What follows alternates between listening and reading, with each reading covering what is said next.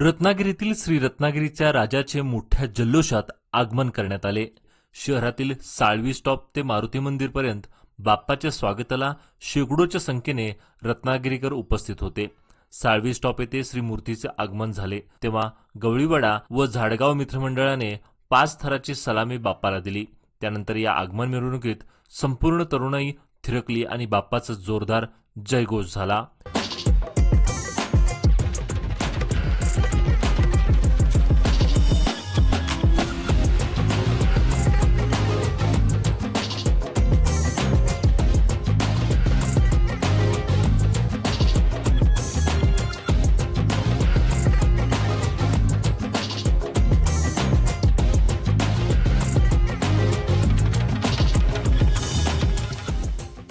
या मिरवणुकीत कोल्हापूरचं डीजे पथक आणि तिरंगा रंगात असणारा पेपर ब्लास्ट लक्षवेधी ठरला।